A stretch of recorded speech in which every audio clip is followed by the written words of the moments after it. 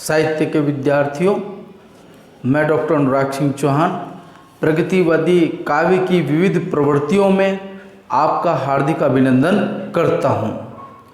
जैसा कि हम पूर्ववर्ती कालांश में प्रगतिवाद के उद्भव एवं विकास संबंधी अवधारणाओं का अध्ययन कर चुके हैं, उसी संदर्भ में आगे के जो उसका स्वरूप है, उसकी क्रियाविधियाँ हैं, उसके क्रिया व्यापार हैं, उसकी वृत्तियाँ हैं, उनके संदर्भ में हम जानकारी प्राप्त करेंगे। वस्तुतः प्रगतिवादी जो साहित्य है उसको निम्न वृत्तियों के आलोक में परखा जाता है।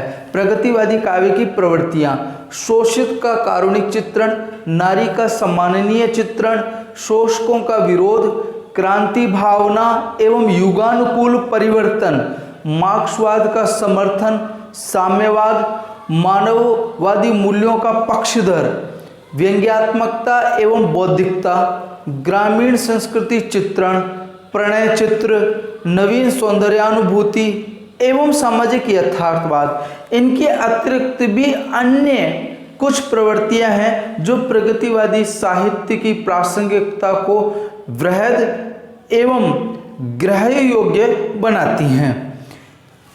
इन प्रवृत्तियों का विश्लेषण करने से पहले मैं आपका ध्यान एक और आकृष्ट करना चाहता हूं कि ये प्रवृत्तियां क्रमवार विस्तृत एवं वृहद गहराई लिए विकसित हुई हैं। इन साहित्यकारों का उद्देश्य बहुत ही साफ सुथरा था कि साहित्य को पुरातन अवधारणाओं से मुक्ति दिलाते हुए विषय वस्तु के आलोक में एक नवीन परिवर्तन लिए हुए हमें साहित्य को आगे परिवर्धित एवं परिमार्जित करना है, जिससे समकालीन परिस्थितियों के प्रारूप में मूलभूत एवं आमूलचूल परिवर्तन सहज लभ्य किया जा सके।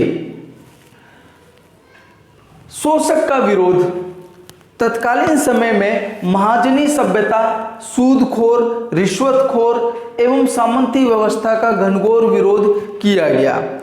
इस कालखंड में समाज का वह वर्ग जो सदैव उपेक्षित रहा, उस वर्ग ने अपनी स्वयं की मनोपीड़ा को साहित्यकार के समक्ष व्यक्त किया और साहित्यकार ने एक आम व्यक्ति का जीवन चरित्र अपने साहित्य में उकेरते हुए उन्हें साहित्य के माध्यम से अपनी बात उठाने का अवसर प्रदान किया।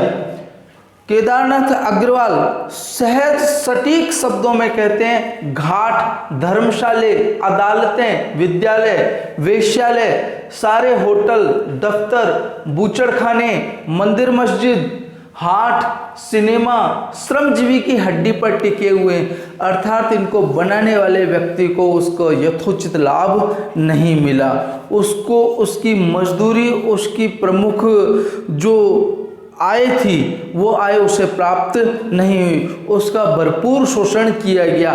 श्रम किसी का है और लाभ कोई अन्य व्यक्ति उठा रहा है। ऐसा कोई कोना, ऐसा कोई हिस्सा उपलब्ध नहीं रहा जहां पर इनका शोषण नहीं हुआ हो। वहीं भगवती चरण वर्मा, इनकी कृति भैंसा गाड़ी इस कालखंड में बहुत अधिक प्रसिद्ध रही। फिर एक क्रांति भावना एवं युगानुकूल परिवर्तन: जब शोषण बढ़ता है तो निस्संदेह समाज में एक क्रांति का सूत्रपात होता है। ये क्रांति साहित्य के माध्यम से समाज को झकझोरने का कार्य करती है एवं परिवर्तन वांछित हो जाता है। किसी भी वस्तु को जितना अधिक दबाया जाता है वह उतनी अधिक शीघ्रता एवं तीव्रता से हमारे सम्मुख उपस्थित होती है। यही इस कालखंड में भी हुआ। सड़ी गली परंपराओं का, वे परंपराएं जिनको हम ढो रहे हैं, जो सामाजिक समानता को नकारती हैं, ऐसी परंपराओं का विरोध हुआ। पूंजीवादी व्यवस्था: एक व्यक्ति थोड़ी सी पूंजी लगा करके हमारा श्रम खरीदता है और उससे उपार्जित होने वाले लाभ पर उसका पूर्ण अधिकार होता है। यही विवाद का विषय वस्तु है।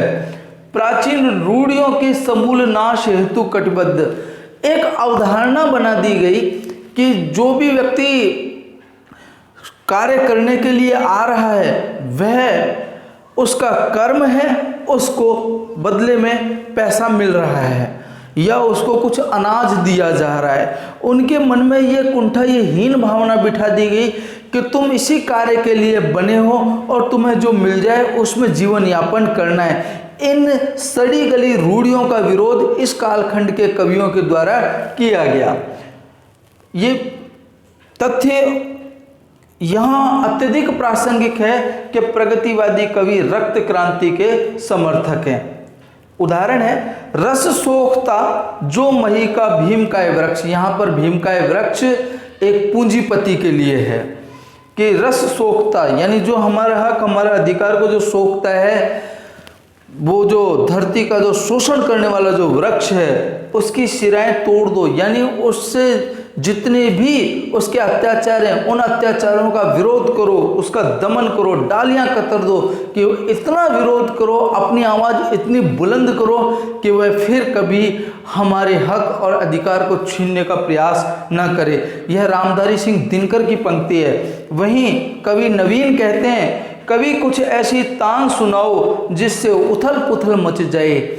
एक सोए हुए को जगाने का काम साहित्यकार करता है कि हमें प्रत्येक परिस्थिति के अंदर अपने आप को सहेजते हुए समाज के वंचित वर्ग की आवाज़ बनना है और उसके मन मस्तिष्क के अंदर इतनी अधिक ऊर्जा भर देनी है कि वह शोषण के विरुद्ध अपनी आवाज़ बुलंद कर सके।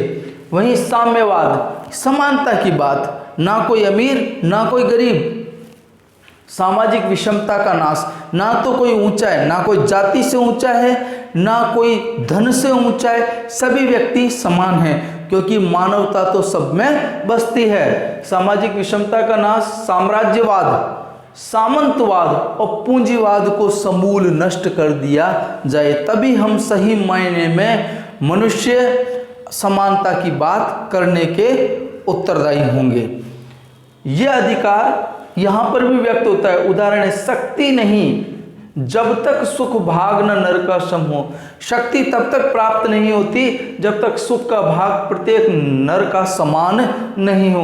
नहीं किसी को बहुत अधिक, ना तो किसी को बहुत अधिक की प्राप्ति हो, नहीं किसी को कम हो, ना ही किसी को कम प्राप्त हो। ये कुरुक्षेत्र से लिया गया उदाहरण है जो कि रामधारी सिंह दिनकर की रचना है। फिर है मानवतावादी मूल्यों का पक्षधर।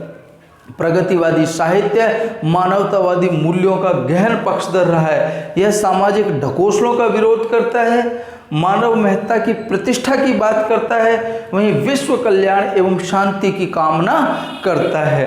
यह कहता है, सुंदर है विहग के पक्षी सुंदर है, सुमन सुंदर, पुष्प सुंदर है, मानव तुम सबसे सुंदरतम, लेकिन इस सृष्टि की सबसे महत्वपूर्ण कृति मानव है जो सबसे अधिक सुंदर है। वहीं मार्क्सवाद का समर्थन, मार्क्सवाद में जो मूल अवधारणा है वह अवधारणा है वर्ग संघर्ष की, कि अमीर गरीब, जमींदार कृषक, शासक शासित, शोषक शोषित, इन सभी का आपस में एक ऐसा अनचाहा रिश्ता है जो कि अन्याय की नींव रखता है। उदाहरण है, धन्य मार्क्स, के मार्क्स तुम धन्य हो, चिरतामा छन जो लंबे समय से अंधकार फैला हुआ था, पृथ्वी के उदय शिखर पर, पृथ्वी का जो सर्वोच्च शिखर है उस पर तुम त्रिनेत्र के ज्ञान चक्षु से, तुम शिवजी के ज्ञान रूपी नेत्र की भांति प्रकट हुए प्रलयंकर, तुम प्रलयंकर प्रकट हुए, यानी तुमने शोषण के विरुद्ध अपनी आवाज उठाई। ये सुमित्रानंदन पंत का कथन है। वस्तुतः प्रगतिवादी साहित्य मार्क्सवाद की एक ऐसी नींव के ऊपर रखा हुआ है जिसने मनुष्य में समता का भाव एवं बोध दर्शाया।